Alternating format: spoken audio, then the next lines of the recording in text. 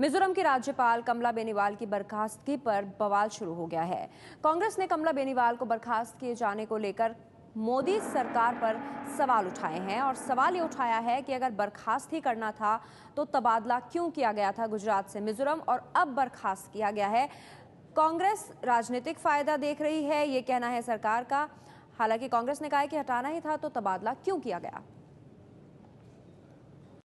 हमारे साथ है मधुसूदन मिस्त्री कांग्रेस की तरफ से, जिस हिसाब से कमला बेनीवाल का टेन्योर 2 महीने का बचा हुआ, उन्होंने सैक कर दिया गया। आपको क्या लगता है ये पर्सनल वेंडेटा? हाँ, पर्सनल, बिल्कुल पर्सनल है इसके अंदर, क्योंकि मोदी जी के सामने अपना अलग से संविधान के तहत ओपिनियन अगर जो कोई भी रखता है तो वो उनको पसंद नहीं आता और इसका ये परिणाम है। क्या आप लोग इस मुद्दे को उठाएंगे? उठाना चाहिए, मैं राज्यसभा के अंदर हम देखते हैं, लेकिन है तो ये इस तरह की परंपरा है जो खड़ी करनी, वो किसी भी हिसाब से। वेंकैया नायडू कह रहे हैं पूरा सुप्रीम कोर्ट के सब चीजों का पालन हुआ है, ऐसा कुछ भी नहीं। उनके खिलाफ एलिगेशन देना, एलिगेशन थे तो इतने वक्त पे चालू ही रखा ना, क्योंकि उनको कभी भी इनके सामने ओपिनियन देने वाला आदमी आज तक पसंद नहीं आया। तो क्या नरेंद्र मोदी के इशारे पे किया गया? बिल्कुल उनके इशारे पे किया गया है। तो ये है मधुसूदन मिस्त्री, जिनका साफ कहना है कि ये पर्सनल वेंडेटा के तहत किया गया है। Saroj Singh, ABP news. कांग्रेस के मीडिया प्रभारी अजय माकर ने कहा कि अगर बेनीवाल को बर्खास्त ही किया जाना था, फिर कुछ दिनों पहले उनका मिजोरम में तबादला क्यों किया गया। ट्वीट करके उन्होंने कहा, अगर राज्यपाल कमला बेनीवाल को बर्खास्त ही करना था तो फिर गुजरात से मिजोरम कुछ दिन पहले तबादला ही क्यों किया गया। ये सवाल उठाया है कांग्रेस के मीडिया प्रमुख अजय माकर ने। समाजवादी पार्टी ने भी कमला बेनीवाल को बर्खास्त किए जाने पर सवाल उठाए हैं। हमारे साथ है नरेश अग्रवाल जी, समाजवादी पार्टी की तरफ से। आपसे ये जानना चाहती हूँ, जिस तरह से कमला बेनीवाल को सैक किया गया है, क्या देखते हैं आप? बदले की भावना है इसमें? देखिए, वैसे तो प्रधानमंत्री जी का अपना अधिकार है किसको गवर्नर रखें किसको न रखें, लेकिन एक गवर्नर जो 2 महीने बाद रिटायर हो रही थी, उसको जिस तरह सैक किया गया, उससे लग रहा है कि गुजरात की कसक कहीं न कहीं थी, बदले की भावना से उनको निकाला गया। और इतने बड़े पदों पर सरकार द्वारा बदला लेना बहुत अच्छा नहीं होता, ये संदेश नहीं देना चाहिए। तो कांग्रेस सरकार पर सवाल उठा रही है, समाजवादी पार्टी भी यही सवाल उठा रही है कि जिन्हें 2 महीने बाद रिटायर होना था, उनका तबादला क्यों किया गया। लेकिन सरकार का कहना है कि कमला बेनीवाल को हटाने का फैसला संविधान के हिसाब से हुआ है। सभी संविधान के अनुसार ही हुआ है, इसमें कोई संविधान का उल्लंघन का सवाल ही है नहीं है।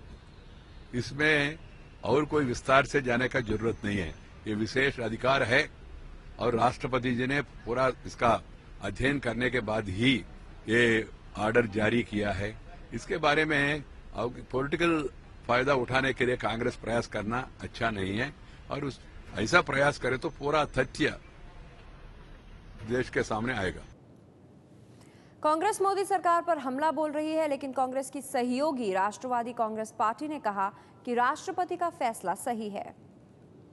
वो तो राष्ट्रपति ने किया है, राष्ट्रपति को इस बात का अधिकार है, किसी भी गवर्नर को रिमूव कर सकते हैं। और जिस प्रकार के उनके बारे में जो शिकायतें आई थी कि उन्होंने अपने टेनियर में जो उन्होंने ट्रैवलिंग किया था, वो जो एक लिमिट से ज़्यादा किया था, और जिसकी वजह से राष्ट्रपति को ये कदम शायद उठाना पड़ा, जो मैंने अखबारों में पढ़ा है।